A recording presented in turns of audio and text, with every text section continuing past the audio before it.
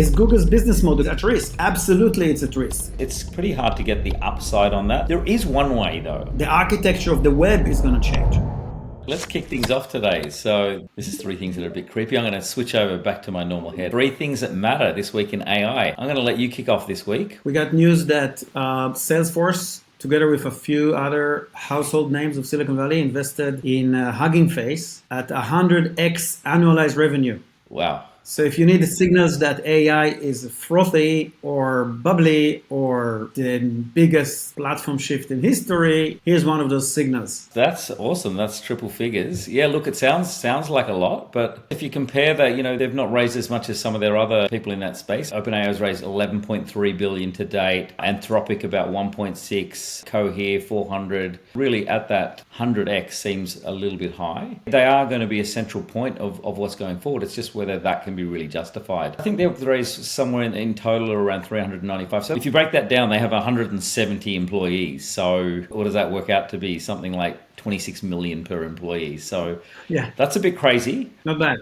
Yeah, not bad. That does raise a trend though. I believe that the future companies will be smaller and have higher valuations. We're starting to see that a lot more. We see that with OpenAI as well. They don't have that many people. This is one of the things I truly believe. And you hear Peter Diamandis and some of the other guys talking about exponential organizations. And I think this is one of those trends that we're going to see, and which is why we also believe it's a good place to invest in. So I think this is overvalued at this stage. The question is, can it grow into that valuation? Let's start with what is Hugging Face, what they do, what's the business model. Hugging Face is a bit like GitHub.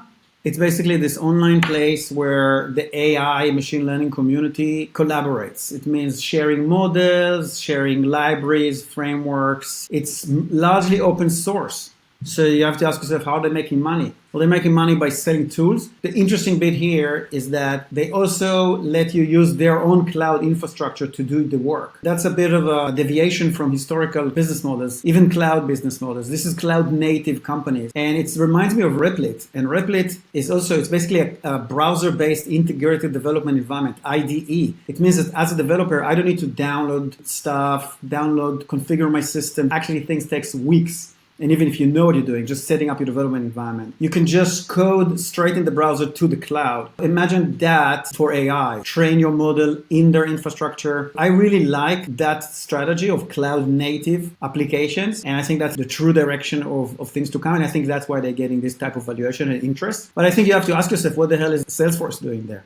And I think the answer is that they desperately need some AI strategy. It's a listed business, doesn't have any AI strategy. Probably there's pressure from shareholders. And it's kind of remind me of Force.com. Do you remember Force.com? Yeah. When everybody needed the cloud, Amazon was exploding. Microsoft came up with Azure. Salesforce came with Force.com. And of course, it didn't take to, meet expectations. Yeah. So I don't know if the story here is about Salesforce, or it's really about the importance of cloud native open source paradigms that drives the future of AI. I agree with you. That infrastructure layer, everyone's trying to have a piece of it. They weren't the only ones in this round as well. You had Google, you had Amazon, you had NVIDIA also. It'll be interesting to see how that relationship as well with Amazon plays out. Let's maybe discuss another thing that matters this week. And I want to come back to my favorite child that doesn't get enough attention, Meta. They've rolled out a few really interesting things this week. Have you seen Code Llama?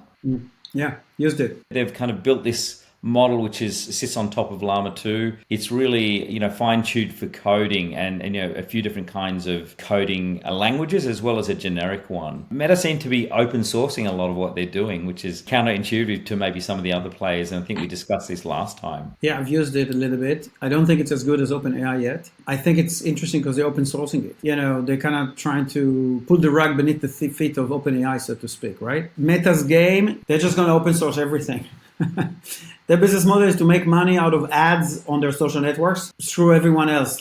We'll open source and ruin their business models. That's what they seem to be doing. I don't know if the ethics of that, but it's definitely drive the cost of intelligence down, and it definitely starts a race to the bottom dynamic. I'm kind of pro. You're kind of pro them being open? I'm pro open source, generally speaking. Yeah, I think it's also going to be needed when we have legal legislation that'll come in. I think this openness is going to be what's required. But I do think it's interesting what that will mean for people like OpenAI, who ironically aren't open. To your point, I think this will be commoditized. Particularly, I think what's interesting with Llama is the size of these models is significantly smaller. If we look at the compute that's required for some of these is going to be a lot less. The cost of running, the cost of all of these things, training once they're there is far less. So I think it's a good thing. I think it's great what they're doing. It's great that they're providing multi-languages. Yeah, once again, we'll see this is only enhancing the capabilities of programmers around the world. And look, we've discussed this concept of disposable software before. You say the cost of generating something new is going to go to zero or little. A wider range of businesses will be able to kind of develop and use solutions. We've got some investments in this space that we think are going to do really well. I think it's exciting for humanity, and when we'll be able to kind of combine all these different things, it's going to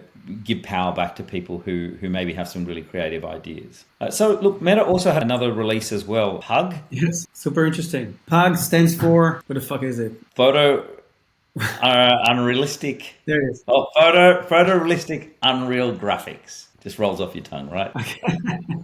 So basically, it's a collection of millions of crazy pictures. Here's the rationale. If you're trying to identify an elephant, you're probably going to be trained on pictures of elephants. The picture of elephants are going to come from, the nature where you find them, elephants. If I give you a picture of an elephant upside down inside a cup of coffee on the moon, you still be able to identify it's an elephant, but an algorithm that has been trained on other pictures of elephants would not. So how do you solve that problem? Well, you solve the problem by generating crazy pictures, photorealistic but unreal pictures, and use that in order to train models and also test that your models are actually able to identify unrealistic objects. I think the big thing here is about synthetic data, right? And we're restricted with the amount of data, to your point around the number of elephants out there. What seems like a bit of a fun thing actually solves an important problem and allows people to generate a lot more data to then train off. That's going to, once again, fast forward some of the things that are going on there. The other news of this week is that Google announced a new feature. They call it Learn as you search and browse using generative AI. A new AI capability to summarize pages as you browse. I think it's going to change the way we search. We're not going to need to kind of search and find lots of things. It's going to be a lot easier way. There's a lot of startups we see playing in this space around summarizing. I sort of fear for a lot of what's being developed for those startups as to how they can find relevance or generate income through what they're doing when this is available just out of the box. With Google doing this, and I'm sure Microsoft have the similar approach, we'll sort of see how the adoption, if people prefer, doing this. I'm currently using other products that are around for summaries. So I wonder if I'll have the need for those products. Can they justify paying a subscription for them? No, but Yash, you're missing the point. When OpenAI came out, there's this thesis out there that says, oh, this is a paradigm shift. We're no longer searching. We can just talk to the Oracle AI and it will tell us everything we know. And that's true to an extent, but it's also, I don't think it's going to play out like that. The point is that you don't need to search anymore. Google makes all the money from ads that they attach to the search traffic. There's about $20 trillion worth of value that's built on top of the internet architecture that's driven around search. That business economic model exists because people searching for websites. On the way to the website, they see ad, and then they land on the website, they see ads there. If I don't need to do all this because I just search an AI, then what's going to happen? The architecture of the web is going to change. So the question becomes, is Google's business model, core business model, is at risk? And the answer is absolutely it's at risk. But then what do you see Google doing? You see Google saying, we're going to disrupt ourselves. We're going to roll out a thing that will summarize web pages for you. That's the beginning of replacing search and traffic with AI. So then you have to ask yourself, why is Google doing that? And I think that Google are doing it because they're following the playbook of Microsoft from the 90s. So Microsoft in the 90s came up with this quote, embrace, extend, and extinguish. Well, they will adopt certain technology trend, extend it, basically kill competition, and then extinguish it to go back to their business model, cash cow. And I think Google is doing exactly the same thing here. Pretending to disrupt itself, Google are not ready for the world where search is not the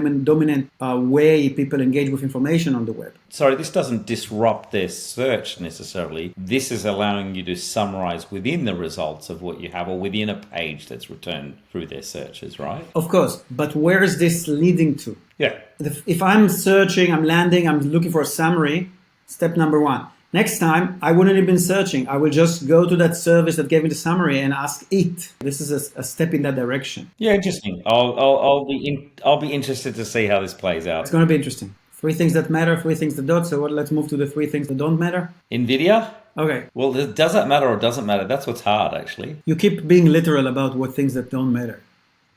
I think it's like, you have to remember, it's the name of the show. Okay. Okay. We see NVIDIA's massive earnings. Is that the peak? Does this matter? I think it doesn't matter because I sold NVIDIA back in the end of 22. So I'm out of that. So it doesn't really matter. I hope it's the peak. Look, it's trading at like 100, 200x revenue or something. And we've seen Tesla doing that. And then it crashed and then it bounced up again. I think the classic phrase, the market can stay irrational longer than I can stay solvent, applies here. NVIDIA is definitely a bubbling, buzzy stock right now. They're doing tremendously well, but I'm not buying at these prices. I think if you're buying into that, where it's pretty hard to get the upside on that, where it can go. In fact, my son bought NVIDIA a while ago on our discussions, and I failed to do so. So I think he's pretty happy with that. But look, I think as well they've got a lot of competition that is around the corner, ranging from people like Tesla. If you look what they're doing with Dojo, I'd be really interested to see how that pans out. But equally, Meta and Google, Amazon. We were at Amazon. I think week before last, we were seeing what they've been doing, and I see it really hard to see how that can be justified for a long term. There is one way though. I do see that being if there's another use case for their chips on top of AI. If that's the case, I can see that that's how they would go along. I sort of feel the same way about Tesla, that Tesla isn't just about cars. There's a whole component of other things around there, ranging from energy to that compute that I think will also be a part of their business model. So we've got an article that from Honest Broker saying that ugly numbers from Microsoft and ChatGPT reveal that AI demand is already shrinking. I don't know. What do you think, Yash? Do you think AI demand is shrinking?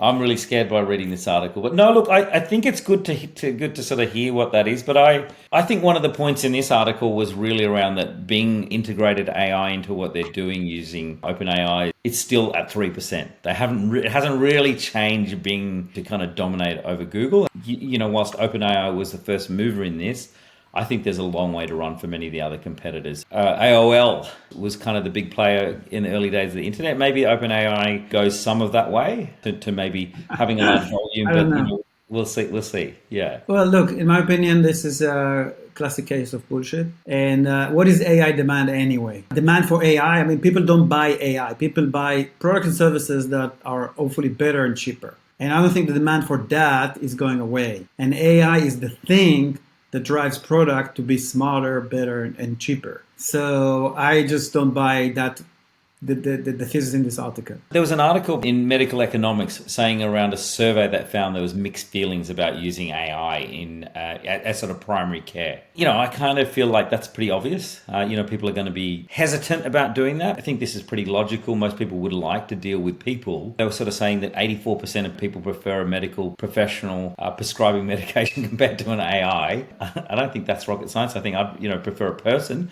but maybe using AI. So this is the thing is, there's this discussion around taking over and operating on its own. And I think all of these things are tools. They'll be used in conjunction with people and really just will speed up the process of being able to kind of either prescribe or advise or help to kind of narrow down what the right sort of treatments are. It does pose a barrier of adoption to some of these solutions, and I think there definitely is some validity to that. We need to look at how healthcare adopts this in a way that's in line with human needs and requirements. What do you think, Dror? It's really about the way you incorporate technology into services and in industries. I think diagnosing yourself with like an app or a website, it's weird and it's like a bit of a odd user experience. Companies that are going into healthcare, which is like the most regulated industry, are going to get a mountain of friction to get in. And those companies that reinforce existing patterns and make things faster and better, supposed to try to displace them, I think they will win. I'm not surprised. This actually is a signal that the world is the way I expect it to be, which I'm cool with. What were we talking about Apple? We should talk about Apple. They have these chips, the M1, M2, have all these AI capabilities, but we're really not seeing how they're using that. I think next week we should talk about Apple, Yash. What do you think? I think that'll be great. That's this week in AI.